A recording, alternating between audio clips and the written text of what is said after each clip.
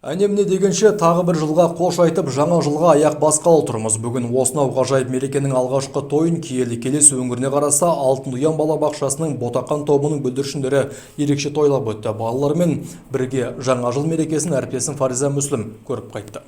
Алтын Ұян балабақшасының іші әдеттегіден өзгеше, құдды ертегілер әлемі іспеттес, жарқ-жұрқ еткен шырақтар, түрлі кейіпкерлер көрінсе, әдемі ән-би, көтеріңкі, көңіл-күй. Жаңа жыл мерекесі бүлдіршіндерге өзгеше әсер сыйлап, кішкентай бүлдіршініміз Ерғали әдемінің ата-аналары өз алғыстарын жеткізді.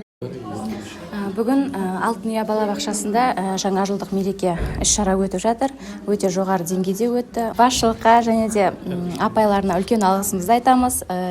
Өте қызықты болды. Балаларымыз Аяз атадан сыйлықтарын алып, би билеп, көріністерін көрсетіп, өте жақсы өтті.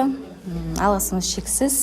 Алдағы келе жатқан жаңа жыл мерекелеріңізбен шын жүректен құттықтаймыз. Отбасыларыңызға тыныштық, табыс, береке тілейміз. Отбасыларыңыз аман болсын.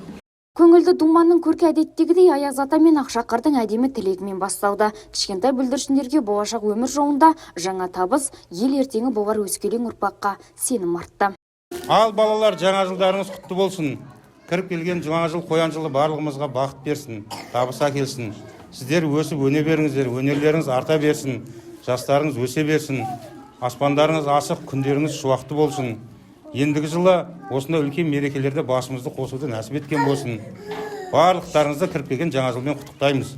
Осылайша кішкентай бүлдіршіндер тарих қойнауына еніп бара жатқан баршылығына игілік айта отырып шығарып салды. Кештің кішкентай меймандары ұшқыр қиялдарын қанаттандырып, келер жылдан да үміт күтері сөзсіз. Фариза Мүслім, Асан Қазақбаев, Сәт телеарнасының жаңалықтар қызметі.